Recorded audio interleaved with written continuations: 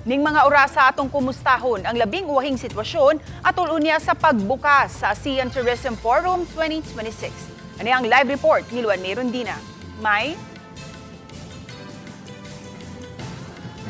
Says all systems go na alang sa official opening sa ASEAN Tourism Forum 2026 nga ipahigayon karong alas 7 sa gabi dinhi sa Liberty Shrine sa Mactan.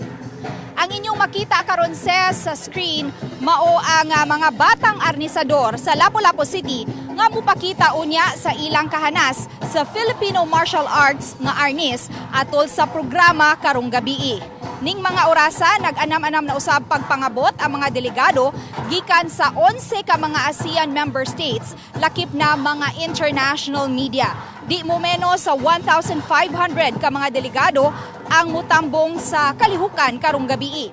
Si First Lady Liza Araneta Marcos ang mutambong sa mong kalihukan, inay si Presidente Bongbong Marcos Jr. nga mo'y unang nadawat nato nga kasayuran.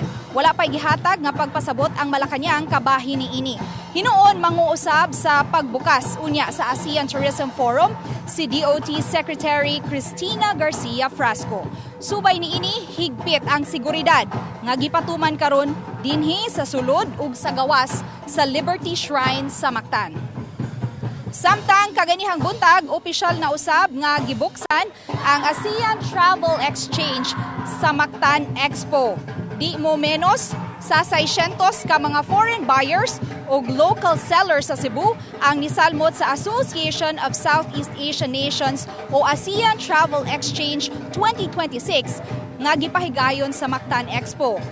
Kini naglakip sa 271 ka mga buyers gikan sa 50 ka mga nasod, 124 ka mga sellers ug 222 ka mga exhibitors. Si DOT Secretary ang nanguo sa opening ceremonies uban sa Minister of Tourism sa nasud sa Indonesia, ASEAN Tourism Association President Tourism Promotions Board ug mga opisyal sa Lapu-Lapu City. Nunot niining duha ka mga dagkong kalihukan karon dinhi sa dakbayan sa Lapu-Lapu na sinati usab ang paghuot sa dagan sa trapiko.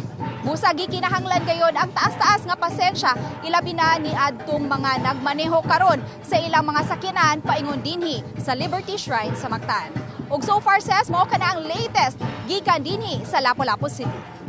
Says, dagang salamat Luan Merondina.